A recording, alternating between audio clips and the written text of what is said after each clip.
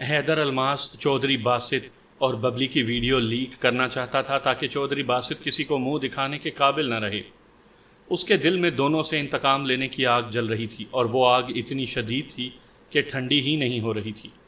میں نے اپنے خدشے کا اظہار کیا، لیکن اس طرح تو چودھری باسط کا شک مجھ پر ہی جائے گا۔ وہ تو یہی سمجھے گا کہ میں نے اس کی ویڈیو لیک کر دی ہے۔ تم ٹھیک کہہ رہے ہو۔ حیدر الماس نے میری بات سے اتفاق کیا۔ میں کچھ سوچتا ہوں۔ میں اس کے چہرے کے اتار چڑھاؤ کو غور سے دیکھتا رہا۔ وہ گہری سوچ میں غرق تھا، شاید ایسی فول پروف پلاننگ سوچ رہا تھا کہ اس میں ذرا سا بھی جھول باقی نہ رہے۔ کچھ دیر سوچنے کے بعد اس نے میری طرف دیکھا اور کہا، تم ایک کام کرو۔ کیا؟ تم چودھری باسط سے کل نہ ملو۔ حیدر الماس نے کہا۔ لیکن میرا اس سے ملنا ضروری ہے، میں نے جواب دیا۔ تم نے چودھری ساجد کے بارے میں معلوم کرنا ہے نا؟ حیدر الماس نے پوچھا۔ جی، لیکن وہ تمہیں کبھی بھی چودھری ساجد کے بارے میں نہیں بتائے گا، حیدر الماس نے کہا۔ میں اس کی فطرت سے واقف ہوں، وہ بے حد ضدی اور چالاک انسان ہے۔ اس کا تو باپ بھی بتائے گا، میں نے یکدم غصیلے لہجے میں کہا۔ تم کافی جوشیلے نوجوان ہو، حیدر الماس نے مدلل لہجے میں کہا، لیکن بعض اوقات یہ جوشیلا پن نقصان کا باعث بھی بن جاتا ہے۔ اگر تم مناسب سمجھو اور دل مطمئن ہو تو مجھے بتا سکتے ہو کہ تمہاری چودھری باسط کے ساتھ کیا دشمنی ہے، اور تم چودھری ساجد کو کیوں تلاش کر رہے ہو؟ ہو سکتا ہے میں تمہاری مدد کر سکوں۔ چند لمحے سوچنے کے بعد میں نے جواب دیا، چودھری باسط کے بیٹے شانی نے میری بہن کو اغوا کر کے چودھری ساجد کو فروخت کر دیا ہے۔ اوہ، حیدر الماس کے منہ سے نکلا۔ مجھے پوری بات بتاؤ۔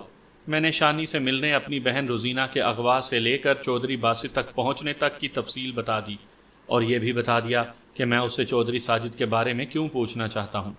نقاب پوش نے بڑے تحمل اور غور سے میری بات سنی۔ اس دوران میں اس کی آنکھوں کا میں جائزہ لیتا رہا۔ اس کی آنکھوں میں اتار چڑھاؤ کے تاثرات ابھرتے اور ختم ہو جاتے تھے۔ چودھری باسط اس قدر گھٹیا اور کمینہ انسان نکلے گا، میں نے کبھی سوچا بھی نہیں تھا۔ اس نے افسوس بھرے لہجے میں کہا، تمہارے ساتھ واقعی ٹریجڈی ہوئی ہے، لیکن تم اکیلے چودھری باسط سے نہیں لڑ سکتے۔ تم اس کا بال تک بیکا نہیں کر سکتے۔ وہ تمہاری سوچ سے بھی بڑھ کر کمینہ اور کایا انسان ہے۔ میں نہ صرف اس کا بال بیکا کروں گا بلکہ اسے کیفر کردار تک بھی پہنچاؤں گا، میں نے جوشیلے لہجے میں کہا۔ اس نے میرے کندھے پر ہاتھ رکھتے ہوئے کہا، نوجوان، میں نے کہا نا کہ تم اکیلے کچھ بھی نہیں کر سکتے۔ وہ تمہیں چیونٹی کی طرح مسل کر رکھ دے گا۔ البتہ اگر تم چاہو تو میں تمہاری مدد کر سکتا ہوں۔ میرے پاس بہت نہ سہی مگر وسائل ہیں، تھوڑی بہت مدد تو ضرور کر سکتا ہوں۔ آپ؟ ہاں، اس نے اثبات میں گردن ہلائی۔ باسط سے بدلہ لینے کے لیے میں بھی اکیلا جرم کی دنیا میں آیا تھا۔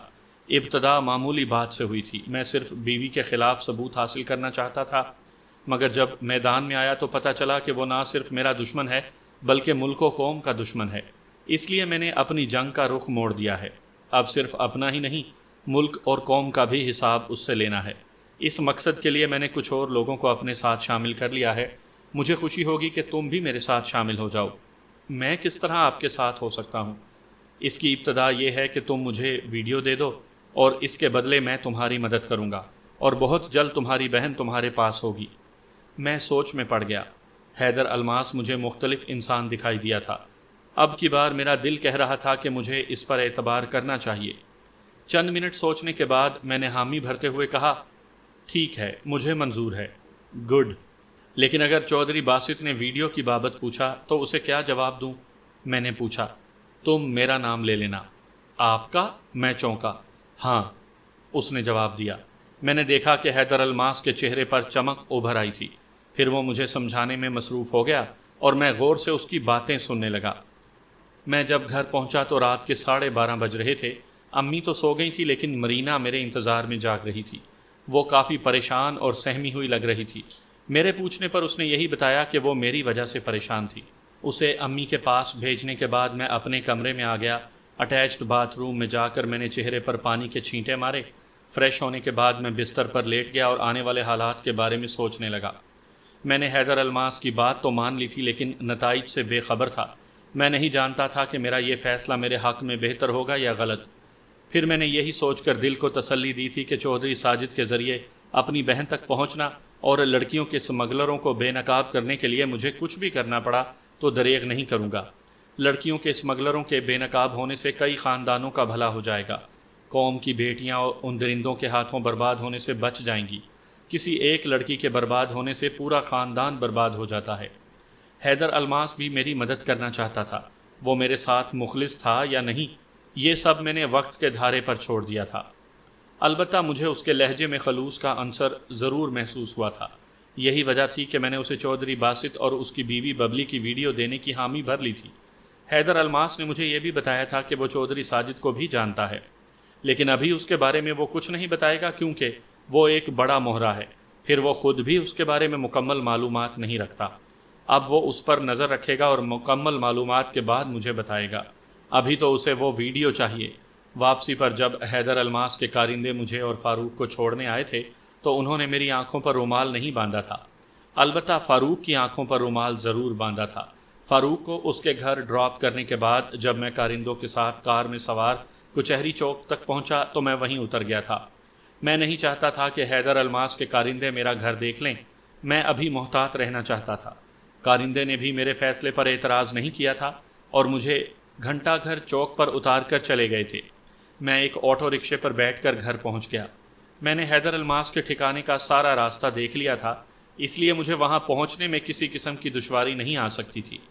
جانے سے پہلے میں نے حیدر الماس سے وعدہ کیا تھا کہ میں کل شام تک ویڈیو لے کر اس کے ٹھکانے میں پہنچ جاؤں گا۔ میں نے اب وہی کرنا تھا جو مجھے حیدر الماس نے سمجھایا تھا۔ کافی دیر تک بستر پر لیٹے رہنے کے باوجود مجھے نیند نہیں آئی تو میں سیل فون آن کر کے سوشل میڈیا اوپن کر لیا اور سرسری انداز میں دیکھنے لگا۔ جب نیند کا غلبہ ہوا تو فون سائلنٹ موڈ پر لگایا اور اسے سائڈ ٹیبل پر رکھنے کے بعد لائٹ آف کی اور بیڈ پر سونے کی کوشش کرنے لگا۔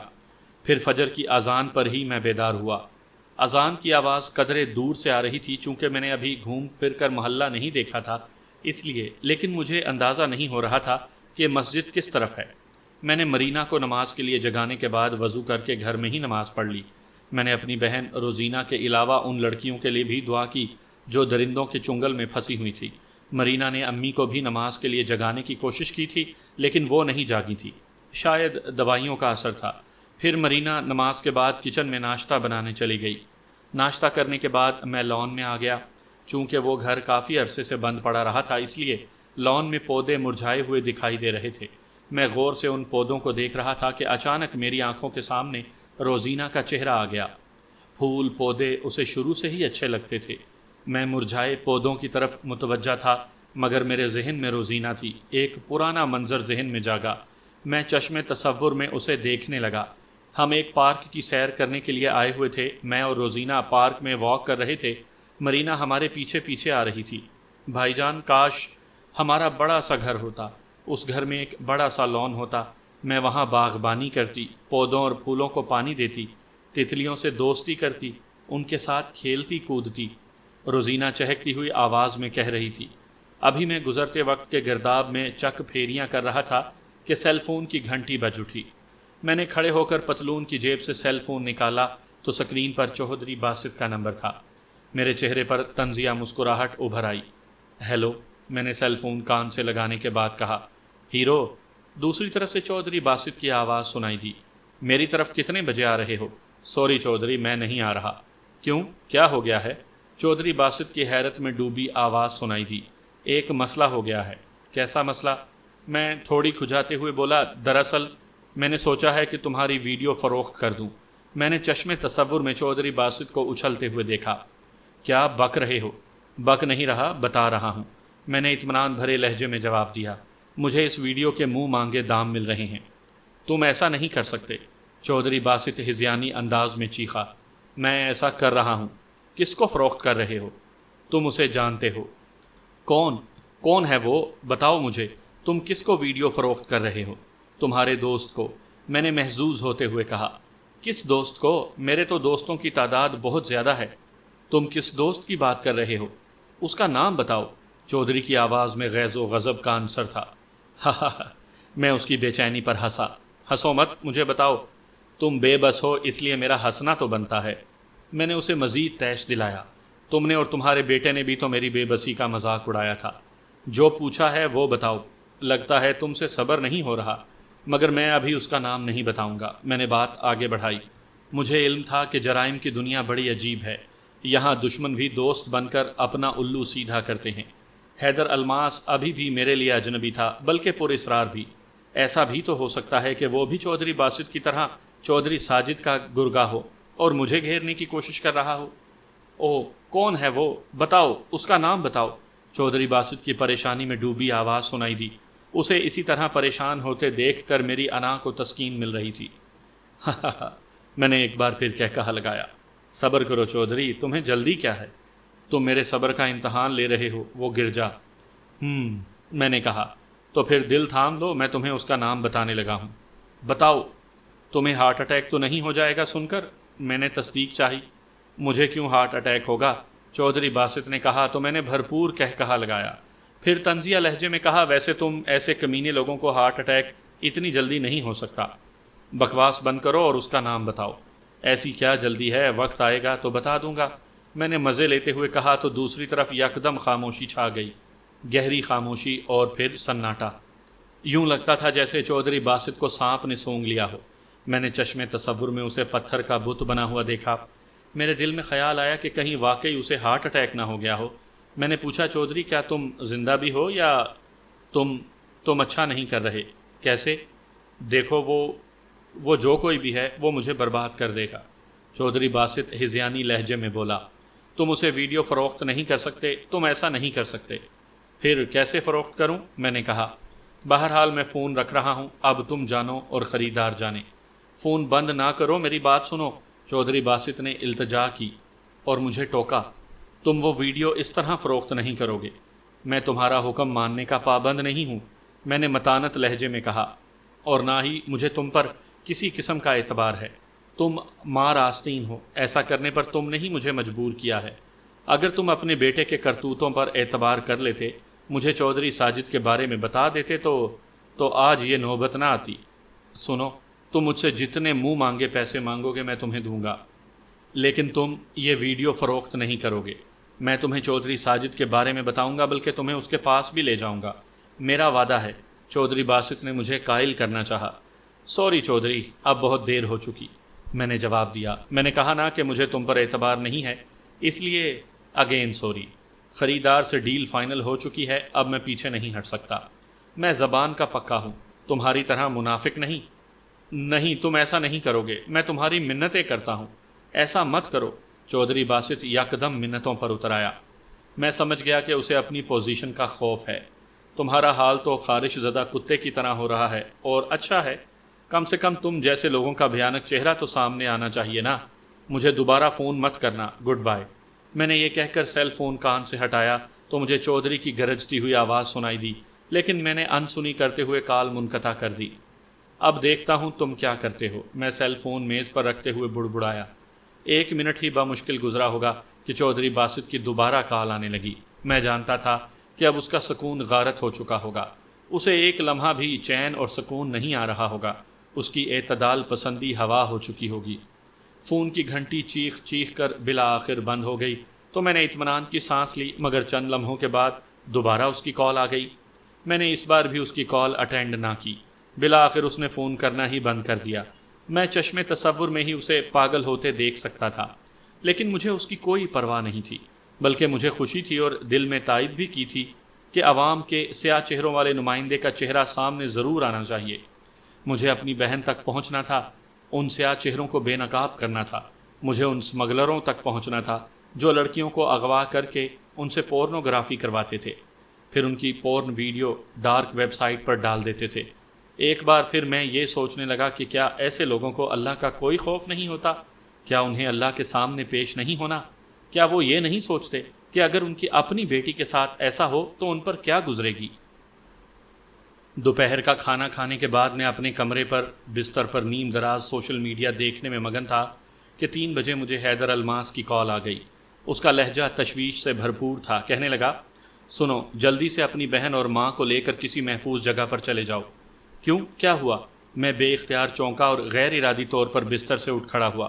چودھری باسط کو تمہارے ٹھکانے کے بارے میں معلوم ہو گیا ہے، حیدر الماس نے بتایا تو میں حیران رہ گیا۔ کیا؟ چودھری باسط کو میرے گھر کے بارے میں کیسے پتہ چل سکتا ہے؟ میں کہتے کہتے رک گیا۔ اس کے غنڈے کسی بھی وقت تمہارے گھر پر دھاوا بول سکتے ہیں۔ وہ بولے، تمہارے پاس وقت کم ہے، اس لیے جلدی سے اپنی امی اور بہن کو لے کر نکل جاؤ۔ یہ میرے لیے واقعی بے حد تشویش کی بات تھی۔ کئی سوالات میرے ذہن میں پیدا ہوئے تھے۔ سب سے اہم سوال یہی تھا کہ چودھری باسط کو میرے نئے گھر کے بارے میں کیسے علم ہوا، حالانکہ یہ گھر تو اسماعیل شاہد صاحب کے کسی دوست کا تھا جس کے بارے میں وہ یا ان کا دوست ہی جانتا تھا۔ میرے پاس کسی سوال کا کوئی جواب نہیں تھا۔ میں کہاں جاؤں؟ میرے پاس تو کوئی اور ٹھکانہ ہی نہیں ہے، میں نے تشویش بھرے لہجے میں کہا۔ تم اپنی فیملی کو لے کر گھر سے تو نکلو، حیدر الماس نے جھنجھلاتے ہوئے کہا۔ کسی محفوظ جگہ پر پہنچ کر مجھے کال کرنا، میرے ورکر آ کر تم سب کو لے جائیں گے۔ ٹھیک ہے، جلدی کرو اور نکل جاؤ وہاں سے، حیدر الماس نے کہا، اور ہاں، خیال سے باہر نکلنا۔ میرے ذرائع کے مطابق چودھری باسط کے غنڈے شکاری کتوں کی طرح تمہیں تلاش کر رہے ہیں۔ آپ بے فکر رہیں، وہ میری گرد تک نہیں پہنچ سکتے، میں نے مطمئن لہجے میں جواب دیا۔ اوکے رائٹ، حیدر الماس نے کہا اور پھر رابطہ منقطع کر دیا۔ کال کے بند ہوتے ہی میں نے سیل فون پتلون کی جیب میں ڈالا اور تقریباً دوڑتا ہوا کمرے سے نکل کر ڈرائنگ روم میں آ گیا، جہاں امی اور مرینا بیٹھی انہماک سے ٹی وی پر کوئی ڈرامہ دیکھ رہی تھیں۔ مجھے حواس باختہ دیکھ کر مرینا چونکی اور اٹھ کر میری طرف بڑھی۔ بھائی خیریت تو ہے نا؟ مرینا، جلدی سے اپنا ضروری سامان سمیٹ لو، ہمیں ابھی کے ابھی یہاں سے نکلنا ہے، میں نے اسے ہدایات دیتے ہوئے کہا تو حیرت سے اس کا منہ کھلے کا کھلا رہ گیا۔ لیکن وہ کہنا چاہتی تھی، وقت بے حد کم ہے، جو کہا ہے وہ کرو، میں نے اس کی بات کاٹتے ہوئے کہا تو اس نے امی کی طرف دیکھا۔ وہ بدستور ٹی وی کی طرف متوجہ تھی۔ امی کو کیا کہوں گی کہ ہم کہاں جا رہے ہیں؟ کچھ بھی کہہ دینا، لیکن فی الحال یہاں سے نکلو، چودھری باسط کے غنڈے پہنچنے ہی والے ہیں، وہ ہمیں زندہ نہیں چھوڑیں گے۔ اس کے چہرے پر خوف کے سائے لہرانے لگے۔ میں پلٹ کر اپنے کمرے میں آیا اور جلدی جلدی اپنا ضروری سامان سمیٹنے لگا۔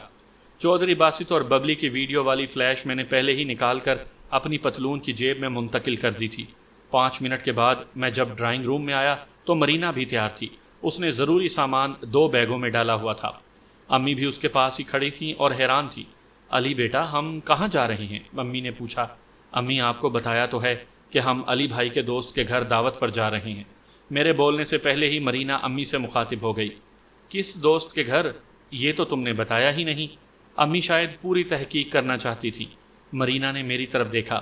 امی، ہم یوسف کے گھر جا رہے ہیں، میں نے جلدی سے کہا۔ یوسف میرا دوست تھا اور وہ گول باغ کی طرف رہتا تھا۔ یوسف؟ وہ سوچنے والے انداز میں بولی۔ ہم اس کے گھر کیوں جا رہے ہیں؟ کیا اس کی شادی ہے؟ نہیں، میں نے نفی میں سر ہلایا اور سوچنے لگا کہ مزید کیا جواب دوں، لیکن انہیں مطمئن کرنا بھی ضروری تھا، اس لیے کہنا پڑا اس کے گھر ہماری دعوت ہے۔ امی حیران رہ گئیں اور بولی، لیکن یہ بیگ کیوں لے کر جا رہے ہیں؟ ان میں کیا ہے؟ امی تو بال کی کھال اتارنے پر اتر آئی تھیں۔ ذہنی دباؤ نے انہیں عجیب سا کر دیا تھا۔ وقت دھیرے دھیرے سرکتا جا رہا تھا اور میری بے چینی مسلسل بڑھتی جا رہی تھی۔ میں نے امی سے کہا، امی، ان باتوں کو چھوڑیں اور فی الحال چلیں۔ روزینہ کو تو آنے دو، کیا وہ ہمارے ساتھ نہیں جائے گی؟ مجھے اس کی پریشانی ہو رہی ہے، امی نے استفہامیہ لہجے میں پوچھا۔ امی، روزینہ وہیں آ جائے گی، آپ پریشان نہ ہو، میں نے جواب دیا۔ کیا تم نے اسے بتا دیا کہ ہم یوسف کے گھر جا رہے ہیں؟ امی نے ایک بار پھر تصدیق چاہی۔ جی امی، چلیں اب۔ امی مزید کچھ کہنا چاہتی تھی لیکن پھر خاموش ہو گئیں، البتہ انہوں نے ہونٹ بھینچ لیے تھے۔ گھر سے باہر نکل کر میں نے گیٹ کو تالا لگایا اور پھر سامنے والی گلی سے جانے کے بجائے دائیں طرف والی پتلی گلی سے ہوتے ہوئے سڑک کی طرف بڑھنے لگے۔ امی آہستہ آہستہ قدم اٹھاتی ہوئی چل رہی تھی۔ ان کی رفتار پر مجھے سخت غصہ آ رہا تھا کیونکہ ہمارے ارد گرد خطرہ ہی خطرہ تھا۔ کسی بھی وقت باسط کے غنڈے مجھ تک پہنچ سکتے تھے۔ مجھے اپنی جان کی پرواہ نہیں تھی۔ مجھے خوف تھا تو صرف مرینا کا، ایک بہن تو کھو ہی چکا تھا، اب کہیں یہ بھی نہ کھو جائے۔ گلی میں اکا دکا افراد ہی موجود تھے، ان میں چند ہماری طرف متوجہ تھے جبکہ باقی اپنے اپنے کاموں میں مگن تھے۔ آگے بڑھنے کے ساتھ ساتھ میں وقفے وقفے سے پیچھے مڑ کر بھی دیکھ لیتا تھا۔ مجھے خدشہ تھا کہ چودھری ساجد کے غنڈے اس گلی سے نہ آ جائیں۔ امی جس رفتار سے چل رہی تھی اس سے تو یہی لگتا تھا کہ ہمیں سڑک تک پہنچنے میں آدھا گھنٹہ لگ جائے گا۔ امی ذرا تیز چلیں، میں نے بالآخر امی کو مخاطب کیا تو وہ چونک کر مجھے دیکھنے لگیں۔ کیوں، کیا پولیس ہمارے پیچھے لگی ہوئی ہے؟ امی نے نروٹھے پن میں کہا۔ ایک تو تم آندھی اور طوفان کی طرح گھر سے لے کر نکل پڑے ہو اور اب کہتے ہو کہ میں جلدی چلوں۔ اتنا کہہ کر امی نے پھر آگے بڑھنا شروع کر دیا۔ نہ چاہتے ہوئے بھی میرے چہرے پر مسکراہٹ ابھر آئی۔ مرینا کے چہرے پر بھی مسکراہٹ تھی۔ امی نے مزید کہا، میں آرام سے ہی چلوں گی، میرے پیروں میں درد ہے۔ اور اگر تم لوگوں کو جلدی ہے تو مجھے گھر چھوڑ کر تم دونوں چلے جاؤ۔ میں نے کوئی جواب نہ دیا اور ہم آگے بڑھتے رہے۔ تقریباً 20 منٹ کے بعد ہم سڑک پر پہنچ گئے۔ میں نے آٹو رکشے کی تلاش میں ادھر ادھر نظر دوڑائی تو ایک خالی آٹو رکشہ مل گیا۔ امی اور مرینا کے سوار ہونے کے بعد میں بھی سوار ہو گیا۔ کہاں جانا ہے صاحب؟ ڈرائیور نے پوچھا۔ گھنٹہ گھر چلو، میں نے جواب دیتے ہوئے کہا تو ڈرائیور نے اسبات میں سر ہلاتے ہوئے آٹو رکشہ آگے بڑھا دیا۔ ہم گھنٹہ گھر کیوں جا رہے ہیں؟ امی نے حیرت بھرے لہجے میں پوچھا۔ گھنٹہ گھر تو ہمارا کوئی رشتہ دار نہیں رہتا۔ امی آپ کو بتایا تو تھا کہ ہم یوسف کے گھر جا رہے ہیں، میں نے جواب دیا۔ ہاں تو کیا یوسف گھنٹہ گھر کی طرف رہتا ہے؟ کیا اس کے گھر والوں نے مکان بدل لیا ہے؟ پتہ نہیں کیا بات تھی کہ امی کی یادداشت کھو جاتی اور کبھی لوٹ آتی۔ ڈاکٹروں کی دواؤں نے اتنا تو اثر دکھایا ہی تھا کہ اب وہ بہکی بہکی باتیں کبھی کبھی ہی کرتی تھی۔ جی امی، میں نے فرما برداری سے جواب دیا۔ اچھا، اس نے کب گھر بدلا تھا؟ یہی کوئی 1 ماہ پہلے۔ مجھے تو تم نے بتایا ہی نہیں تھا۔ آپ کو بتایا تھا لیکن شاید آپ کو یاد نہیں۔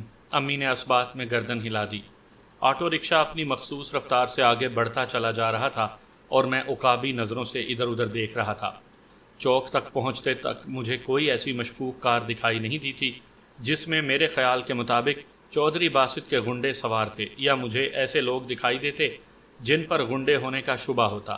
البتہ جیسے ہی آٹو رکشہ نے رائٹرز کالونی کی طرف جانے والی گلی عبور کی تھی تو مجھے ایک مشکوک کار دکھائی دی جس میں 4 غنڈہ ٹائپ لوگ سوار تھے۔ وہ چاروں نوجوان تھے اور چہرے مہروں سے کسی طرح بھی شریف دکھائی نہیں دیتے تھے۔ ان کی کار ہمارے رکشے کے بالکل قریب سے گزر گئی تھی، لیکن ان میں سے کسی نے ہماری طرف دیکھا تک نہیں تھا۔ یہ بھی ہو سکتا تھا کہ یہ صرف میرا قیاس ہو اور وہ چودھری باسط کے غنڈے نہ ہوں۔ بہرحال میں نے دل ہی دل میں اللہ کا شکر ادا کیا کہ حیدر الماس نے مجھے بر وقت آگاہ کر دیا تھا اور ہم گھر سے نکلنے میں کامیاب ہو گئے تھے، ورنہ میں بے خبری میں مارا جاتا اور کسی کو کانوں کان خبر ہی نہ ہوتی۔ لیکن سوال ہنوز میرے دماغ میں گھوم رہا تھا کہ چودھری باسط کو میرے ٹھکانے کا علم کیسے ہوا۔ شاید اس بارے میں حیدر الماس کو معلوم ہو، میں اس سے ہی معلوم کر لوں گا۔ یہ سوچ کر ذہن کا رخ تبدیل کر لیا۔ آٹو رکشے نے چوک کراس کیا تو میں نے حیدر الماس کو کال ملائی۔ دوسری بیل پر ہی اس نے کال اٹینڈ کر لی۔ کیا تم اپنے گھر سے نکل گئے ہو؟ اس نے چھوٹتے ہی پوچھا۔ جی ہاں، میں نے جواب دیا۔ ہم اس وقت گھنٹہ گھر چوک پہنچنے والے ہیں۔ اس نے ہنکارا بھرا۔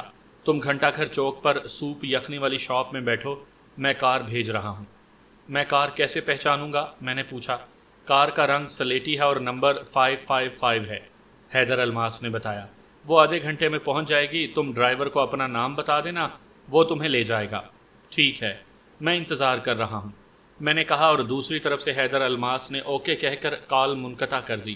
گھنٹہ گھر چوک تک پہنچ کر میں نے ڈرائیور کو آٹو رکشہ روکنے کا کہا تو اس نے رکشہ روک دیا۔ اسے کرایہ ادا کرنے کے بعد ہم چوک کے دائیں طرف موجود سوپ یخنی والی شاپ کی طرف بڑھ گئے۔ امی نے اس بارے میں بھی سوالات کیے اور ان کے جوابات مرینا نے ہی دیے تھے۔ شاپ میں کم رش تھا۔ امی اور مرینا کو لیڈیز پورشن میں بٹھانے کے بعد میں باہر آ کر بیٹھ گیا۔ کیونکہ لیڈیز پورشن میں چند خواتین موجود تھیں، میں نے 3 سوپ کے پیالوں کا آرڈر دیا اور قرب و جوار کا جائزہ لینے لگا، لیکن کوئی خاص بات نہیں تھی۔ سب کچھ وہی معمول کے مطابق تھا۔ لیڈیز پورشن میں سوپ کے پیالے پہنچانے کے بعد ایک پیالہ مجھے بھی دے دیا گیا۔ میں سوپ پینے کے ساتھ ساتھ باہر کا جائزہ بھی لے رہا تھا کہ اچانک میری نظر سامنے موجود ایک بک شاپ کی سیڑھیوں کی طرف اٹھ گئی۔ اس طرف کے منظر نے مجھے چونکا دیا۔ شانزے بڑے تم تراک سے سیڑھیاں اتر رہی تھی۔ اس نے آنکھوں پر بلیک گوگل لگائے ہوئے تھے۔ اس کے ایک ہاتھ میں چھوٹا سا بیگ تھا جبکہ دوسرے ہاتھ میں ایک شاپر تھا جس میں بکس دکھائی دے رہی تھی۔ میں یک ٹک شانزے کو ہی دیکھے جا رہا تھا جو اب سیڑھیاں اتر کر ایک سائڈ پر کھڑی اپنی کار کی طرف بڑھ رہی تھی۔ پھر وہ ڈرائیونگ سیٹ پر بیٹھنے کے بجائے سائیڈ سیٹ کا دروازہ کھول کر اندر بیٹھ گئی۔ میں نے غور سے دیکھا تو ڈرائیونگ سیٹ پر کوئی موجود نہیں تھا۔ میرا خیال تھا کہ وہ ڈرائیور کے ساتھ آئی ہوگی اور ڈرائیور یہیں کہیں موجود تھا۔ اچانک میری نظر غیر ارادی طور پر بک شاپ کی سیڑھیوں کی طرف اٹھ گئی تو میں نہ صرف بے اختیار چونک پڑا بلکہ اچھل پڑا۔ مجھے شانی سیڑھیاں اترتا ہوا دکھائی دیا جس نے ٹراؤزر کے ساتھ لیدر کی جیکٹ پہنی ہوئی تھی، پیروں میں جاگنگ شوز تھے۔ اسے دیکھ کر میرے وجود میں خون کی گردش تیز ہو گئی اور میرے اندر آتش فشاں سا پھٹنے لگا۔ میں نے اس کی طرف بڑھنے کا سوچا لیکن پھر خود کو شانت رکھتے ہوئے ارادہ ترک کر دیا۔ شانی بھی بڑے تم تراک سے چلتا ہوا اسی کار کی طرف جا رہا تھا جس کار میں شانزے بیٹھی تھی۔ میری حیرت کی انتہا نہ رہی جب شانی اسی کار کی ڈرائیونگ سیٹ کا دروازہ کھول کر اندر بیٹھ گیا۔ میں پلکیں جھپکے بغیر شانی اور شانزے کی طرف دیکھ رہا تھا۔ کئی خیالات اور وسوسے میرے دماغ میں چیونٹیوں کی طرح رینگ رہے تھے۔ شانزے کا شانی سے کیا تعلق ہو سکتا ہے؟ میں نے خود سے سوال کیا۔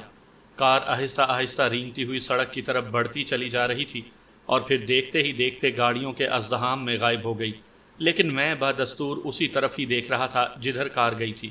کئی سوالات میرے ذہن میں الجھے تھے۔ کہیں شانزے شانی کی دوست تو نہیں تھی؟ میں اس وقت چونکا جب ایک لڑکے نے میرے پاس آ کر کہا، صاحب جی آپ سوپ نہیں پی رہے، کیا آپ کو پسند نہیں آیا؟ نہیں لذیذ ہے، میں نے خیالوں کی دنیا سے باہر آتے ہوئے کہا تو لڑکے نے اس بات میں گردن ہلا دی۔ صاحب جی اگر سوپ ٹھنڈا ہو گیا ہے تو گرم کر دوں؟ لڑکے نے دوبارہ پوچھا۔ نہیں ابھی گرم ہی ہے۔ صاحب جی کہاں سے آ رہے ہو آپ؟ میرا مطلب ہے کس شہر سے آئے ہو؟ لڑکا میز کی دوسری طرف پڑے بیگز کی طرف دیکھتے ہوئے بولا تو میرے چہرے پر ہلکی سی مسکراہٹ ابھر آئی۔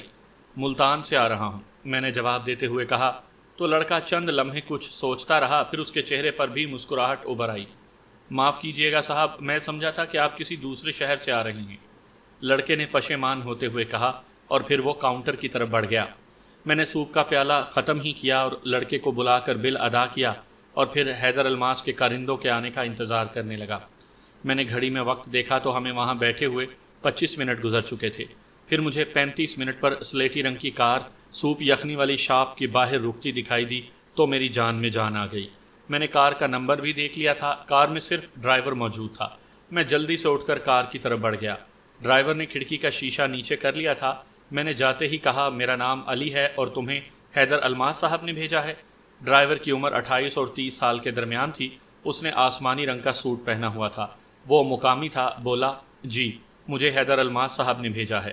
رکو میں آتا ہوں، میں نے کہا اور مڑ کر لیڈیز پورشن کی طرف بڑھ گیا۔